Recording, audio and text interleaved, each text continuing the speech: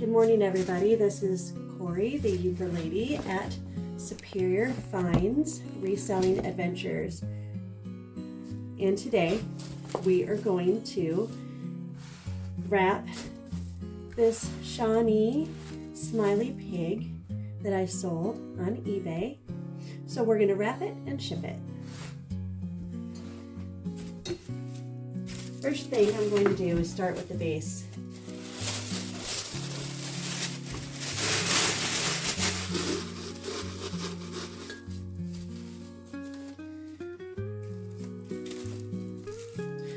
I bought this cookie jar at an estate sale a little over a week ago, so it didn't take that long to sell.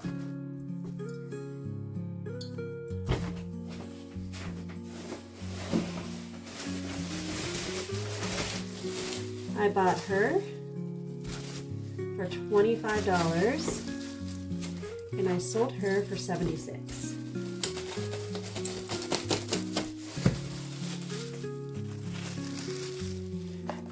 So take away fees and the inventory cost of the $25.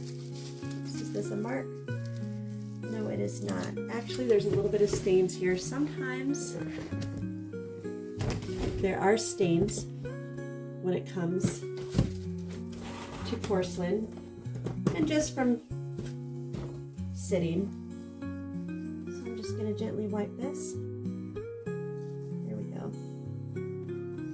And this is something I missed when I listed it. Here we go. Good as new. Sometimes if things are sitting on the shelf for a little while, they become dusty. So it's always good to have some of these sterile wipes, just in case. So I always like to tuck the corners. So this I want to tuck as far as it'll go. And I'll do the same to this side.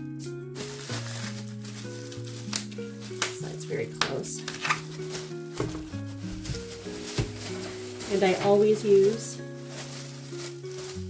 medium-sized bubble wrap.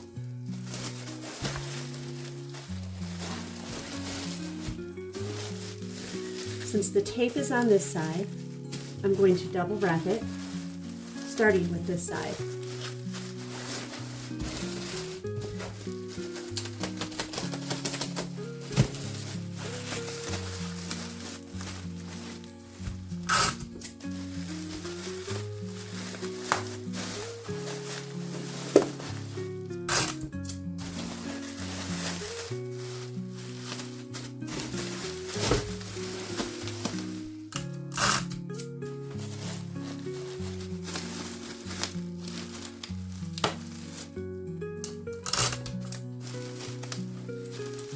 I like to tuck in the corners.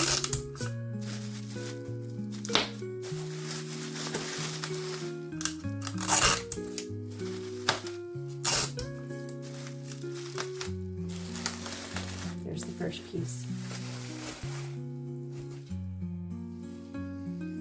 This is hollow.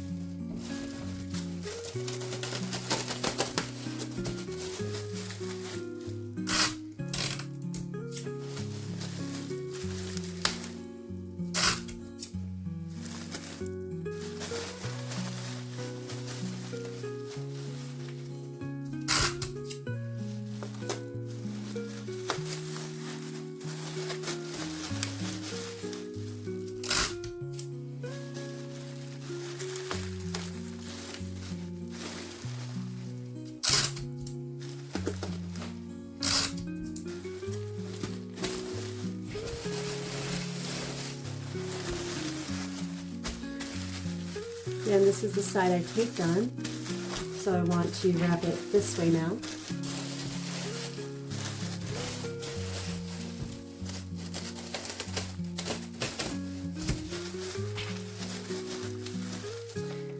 Cookie jars can make a lot of money for you. The most expensive cookie jar I've ever sold was $1,000, and it was a 60s Hager Hedgehog, I believe it was.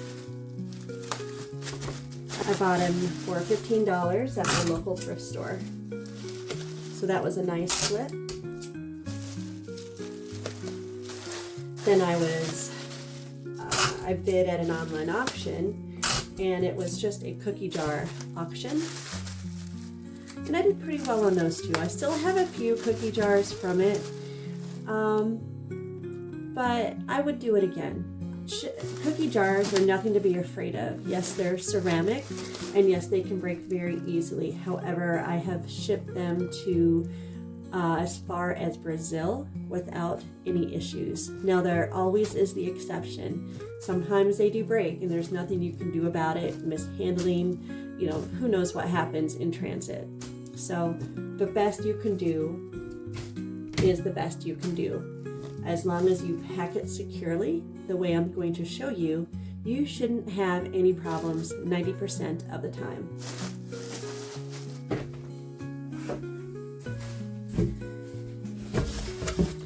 Here's the box. My go-to boxes for my larger items measure 16 by 12 by 8, and I do buy these from the Boxery. These are very sturdy boxes. They have the stamp on the back, which is very important. And this just certifies that, yes, it can hold up to so many pounds, which this one is 32 pounds.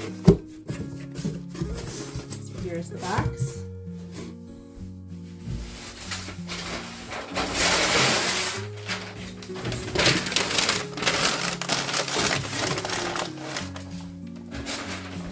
I always lay craft paper on the bottom.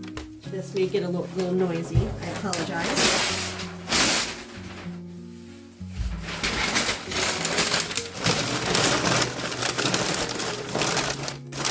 And then, I'll show you what I do.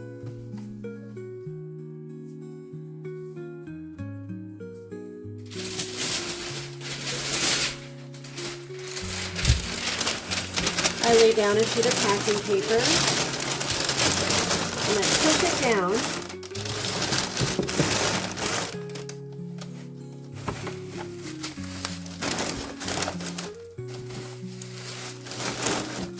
Then I lay each piece inside, make sure it has enough room. This I want to just flip over. So yes, there's enough room, nothing bulges from the top.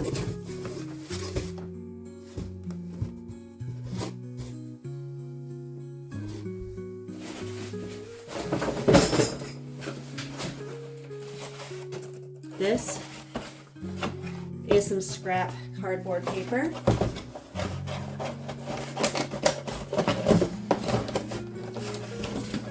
I'm going to cut this.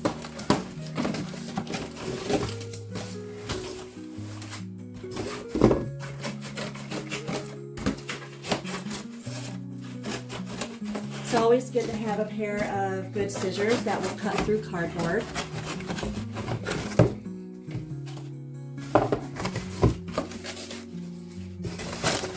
So what you want to do now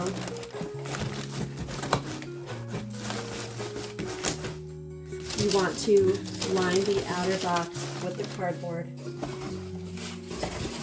I always like to have some come down just to protect it from the top, protect the item.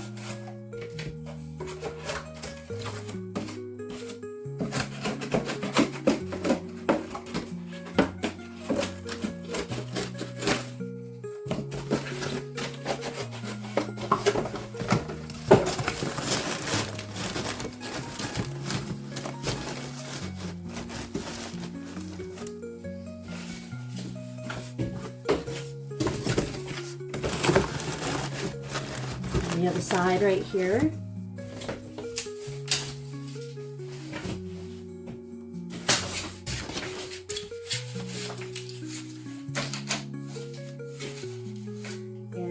one more side.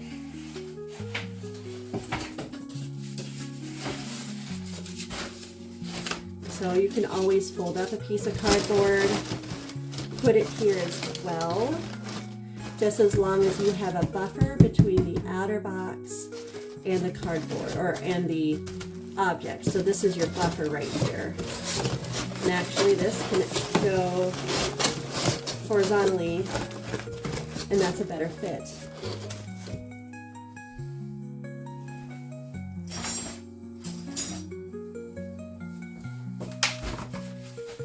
Finally, we're going to take a piece of cardboard and set it right in between the two pieces.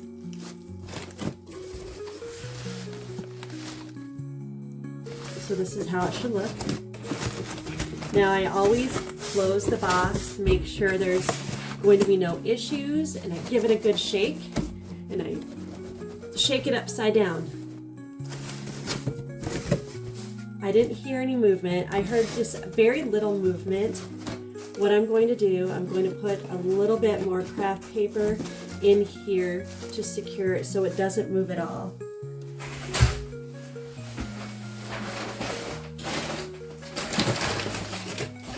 And when I have paper bags, I use those for it's the same craft paper, is the same as paper bags. This is a remnant of a paper bag.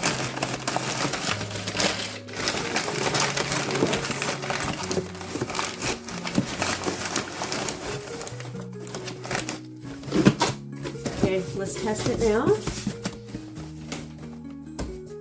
Oh, this is perfect.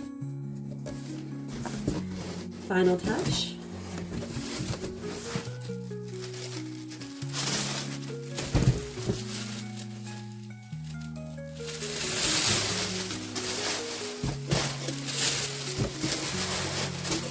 So every quarter I get an eBay coupon for $50. It's based on the type of store I have on eBay. And I always choose to get free tissue paper just because it's large and it's a very nice final touch on the shipment. So when I open a box, I would rather see something covered in tissue paper than just packing, you know, the cardboard, craft paper, bubble wrap. To me, it just looks a lot nicer, and I know the buyers have commented on it and they do like this. They tell me it's like opening a present.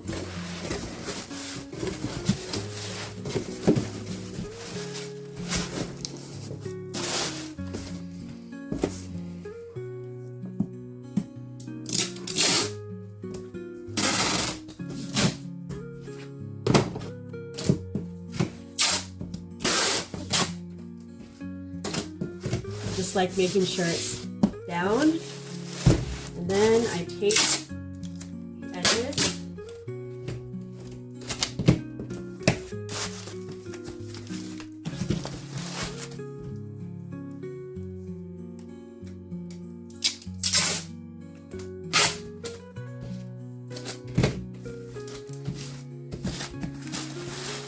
and last but not least,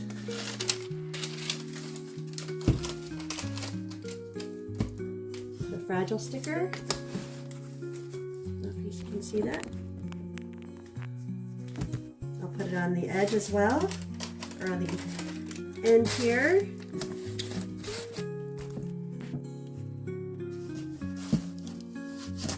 And there we go. The only thing missing is a shipping label. Please like and subscribe to my channel, and if you do like this video, I'll make more packing videos. So catch you on the next one.